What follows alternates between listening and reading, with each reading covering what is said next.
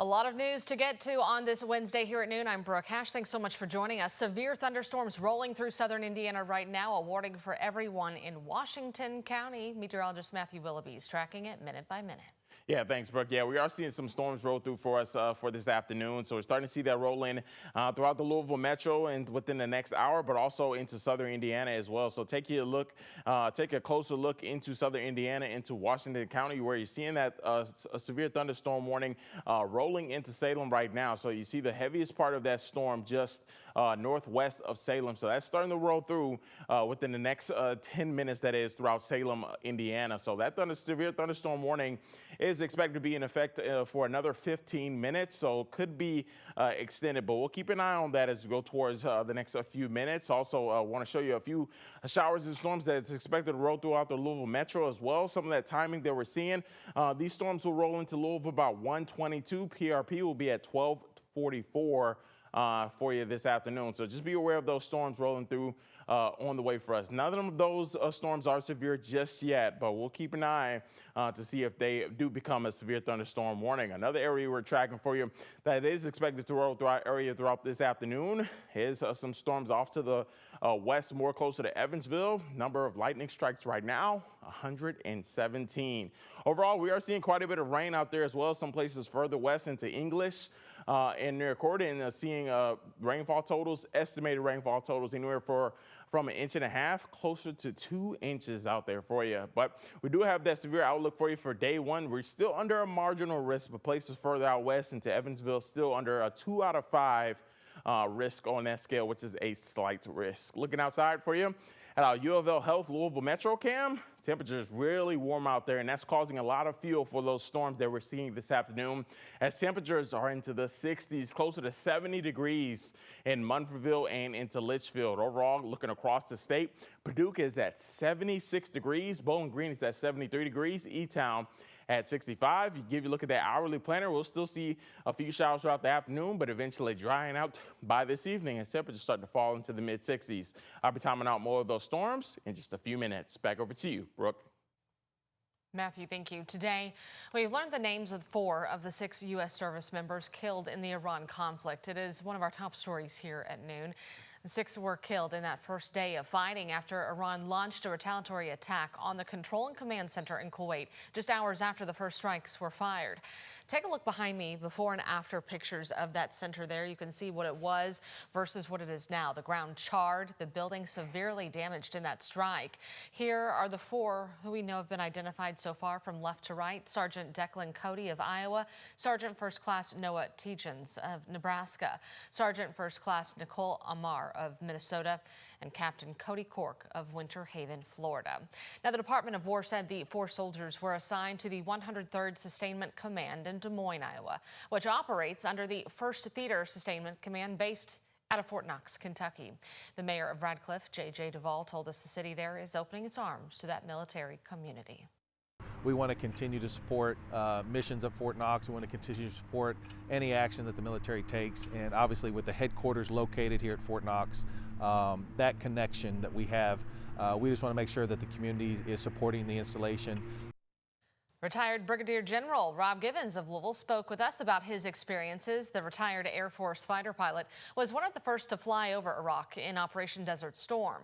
He told us about how operations like what the U.S. is doing in Iran not only impacts those on the front lines, but the communities supporting them back home. All that has a human cost to it. It has a human cost to the adversary, but it has a human cost to us.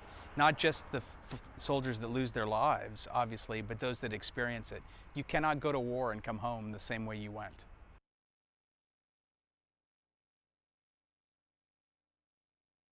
Fort Knox, Radcliffe, and the surrounding areas have resources for military members and their families, including the VFW, Fort Knox Spouses and Community Club, as well as the American Legion. The Pentagon says the U.S. is prepared to ramp up efforts there in the Middle East during a briefing today ahead of the Senate's War Powers Resolution vote. Defense Secretary Hegseth said a Navy submarine sunk an enemy ship using a torpedo, the first attack of its kind since World War II. ABC's Christiane Cordero has the latest from Washington. Video posted online by the Defense Department shows the moment a torpedo hit an Iranian warship in the Indian Ocean. This is the first time a U.S. submarine sunk an enemy ship since 1945. The latest attack comes as the Pentagon announces some 50,000 U.S. troops and additional weapons are now part of the mission. Defense Secretary Pete Hegseth is adamant efforts across the Middle East are ramping up. More and larger waves are coming. We are just getting started. We are accelerating, not decelerating. More bombers and more fighters are arriving just today. Joint Chiefs of Staff Chair General Dan Kane says the U.S.-Israel operation has hit more than 2,000 targets, adding the shots fired by Iran's theater ballistic missiles are down 86% from the first day of fighting. Satellite images show some of the structures hit, including those of Iran's senior leadership. Iran's Red Crescent says more than 700 people have been killed. 6 American service members have also been killed in Iran's retaliatory strikes. The Pentagon has identified 4 of them killed in Kuwait. To the families of our fallen, we grieve with you today, and we look forward to welcoming your family members home at Dover in the coming days. In Iran, thousands gathered at a mass burial for the more than 150 girls Iran says were killed in a strike on an elementary school. The Pentagon has repeatedly been pressed on what happened. All I can say is that we're investigating that. Christiane Cordero, ABC News, Washington. Hegseth today also said the person who plotted that attempted assassination on President Trump in 2024 has also been killed. He said that person was not the focus of any operation, but that he personally made sure those responsible were eventually on the target list. The best way to stay connected with around-the-clock updates on this conflict in Iran is by downloading that free WHAS11 Plus app. The average price per gallon of gas in Kentucky is now at $2.73, according to AAA. That's up about 15 cents from yesterday. Indiana is climbing even closer to $3. Now people who drive for a living are going to see likely a bigger dent in their wallet. Our Conroy Deluche and photojournalist Jessica Farley spoke to people feeling the pain already at the pump. Outside Muhammad Ali International Airport, suitcases roll by as some pause to punch in their final stop. A lift, but I just called for it. Cindy French just arrived back in Louisville from Florida. While she had a few minutes, we asked her about the topic of the day. It shot up already in Florida before I left.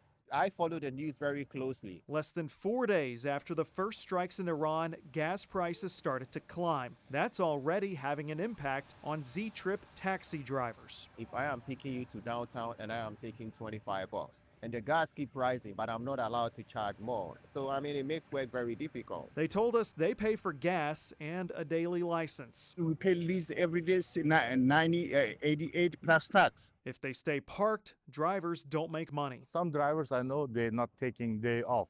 They're working every day to make profit. Habib Rahim has worked airport trips for the last 10 years. He says considering the cost of driving, on a good day, he can take home about $100. That can be whole day from 9 to until at least 9.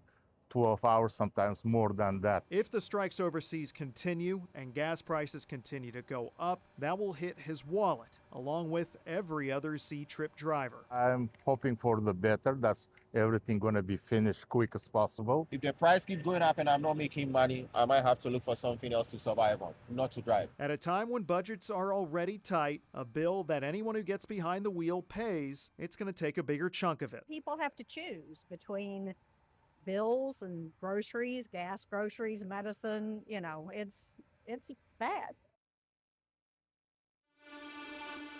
And a live look at the U.S. markets pushing forward despite the conflict in the Middle East. Stocks are climbing with the Nasdaq leading the way. Oil prices have paused with Brent crude holding steady around $81 a barrel. Treasury Secretary Scott Bessent said the U.S. is considering insuring ships and providing military escorts to help keep oil flowing in the region. We spoke to a local financial advisor for anyone worried about their money. Mark Lampkin, CEO of Lampkin Wealth Management, said Tuesday's 1,200-point drop might sound scary, but it just needed some perspective. As the index grows in value, points become a smaller percentage of it. A much larger decline of 1,200 points represents less than 2.5% because the Dow is over 50,000 points. Lampkin said not to panic or sell your stocks. Because if you look at it, the biggest mistakes you've made with emotion. Take emotion out of it, put facts in it. We've been here before. The markets are survived. We're going to be fine over time. He also advised if the stock market were to drop by a certain percentage large enough, there are protections in place to kick the market. That means trading would shut down for certain periods of time to let things recover.